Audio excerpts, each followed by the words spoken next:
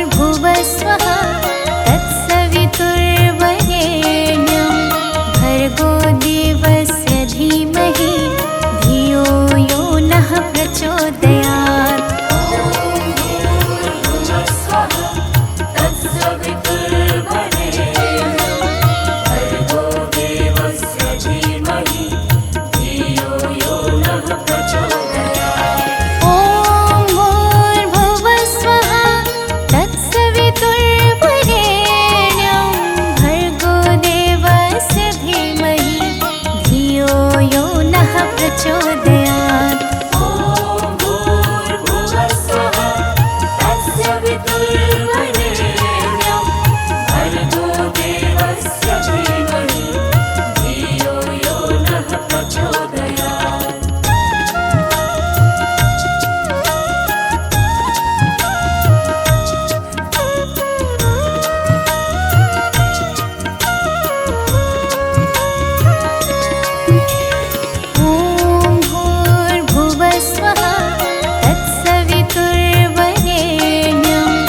भर्गो देवस्य धीमहि धियो यो नः प्रचोदयात्।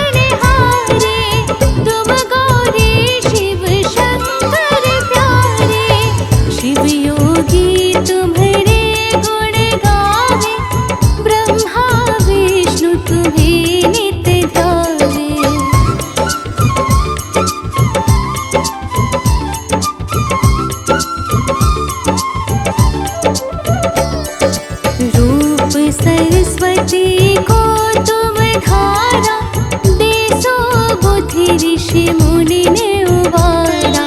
धरयो रूप नरसिंह को अम्बा, परगट भई फाड़ कर खम्बा।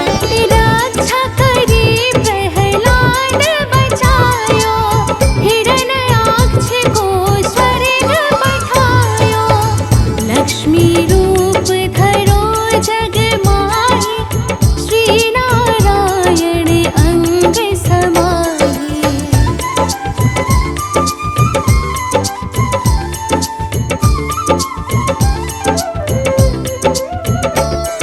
क्षीर सिंधु में करत विलासा, दया सिंधु दीजिए मन आसा। हिंगलाज में तुम्हें भवानी, महिमा अमित न जात बखानी।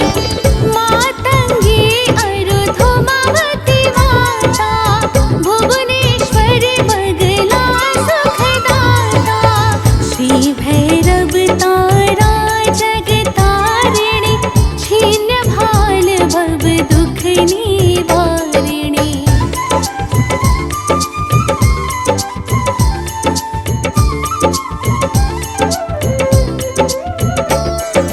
के हरि वाहन सोह भवानी, लांगुर वीर चलत अगवानी। कर में खप्पड़ खड़ग विराजै, जाको देख काल डर भाजै।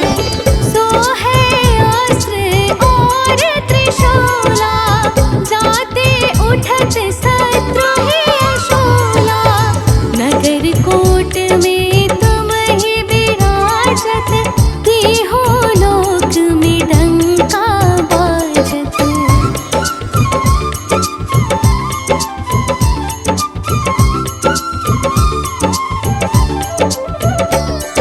शुंभ निशुंभ दानव तुम मारे, रक्त बीज शंखन संहारे। महिषासुर नृप अति अभिमानी, जेहि अघ भार मही अकुलानी। रूप कराल कालिका धारा, सेन सहित तुम तिहि संहारा। बड़ी गाढ़ संतन पर जब जब, भई सहाय मातु तुम तब तब।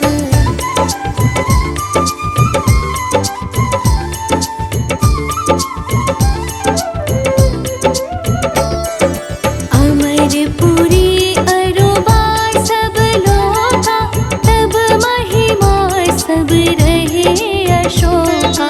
ज्वाला में है ज्योति तुम्हारी, तुम्हें सदा पूजे नर नारी। प्रेम भक्ति से जो यश गावे, दुख दरिद्र निकट नहीं आवे। ध्यावे तुम्हें जो नर मन लाई, जन्म मरण ताको छूटि जाई।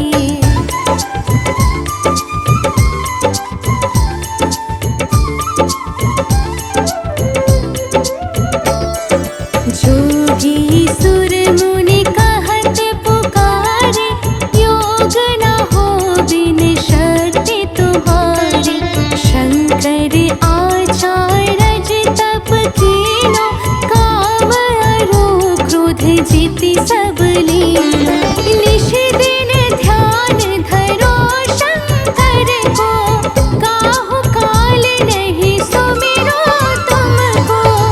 शक्ति रूप का मरम न पायो, शक्ति गई तब मन पछतायो।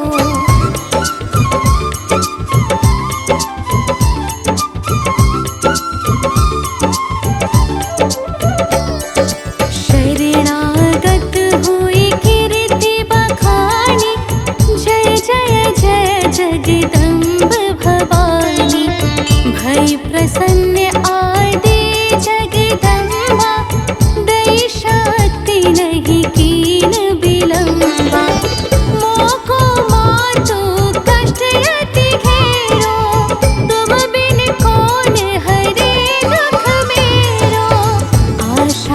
तृष्णा निपट सतावे, मोह मदादिक सब विनशावे।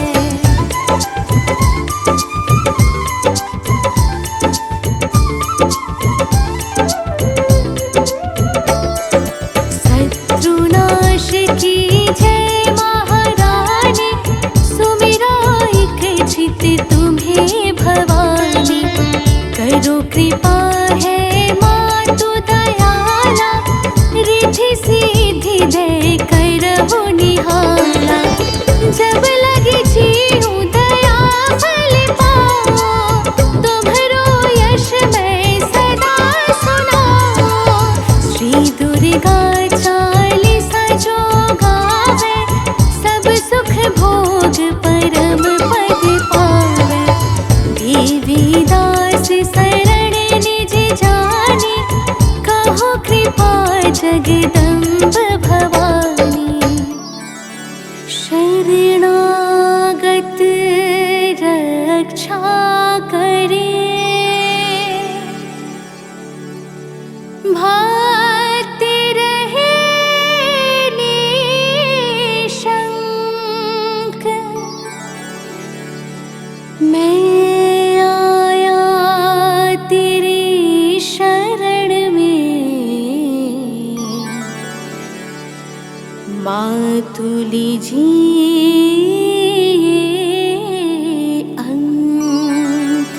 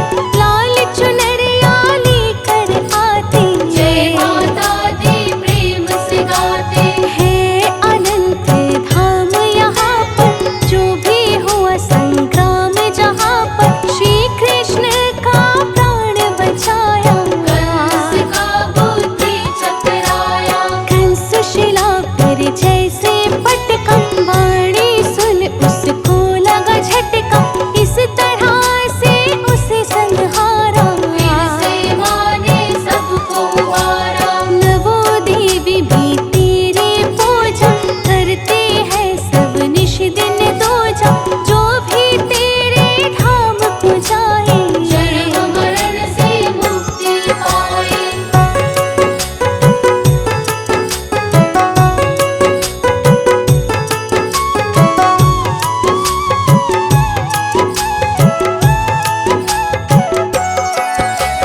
जब जब प्रलय हुआ धरा पर, आकर देवों ने कहा तब तब सबके प्राण बचाए। शक्ति से विकृति मिटाए।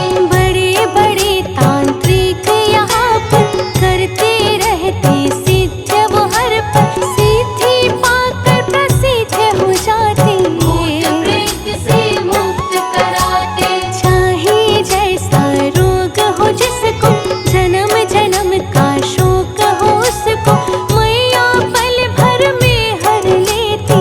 जीवन को सुखमय कर देते। नवरात्रि में आराधना करते हैं सब कठिन साधना, नियम से जो व्रत है रखता, कभी नहीं वो दुख से डरता।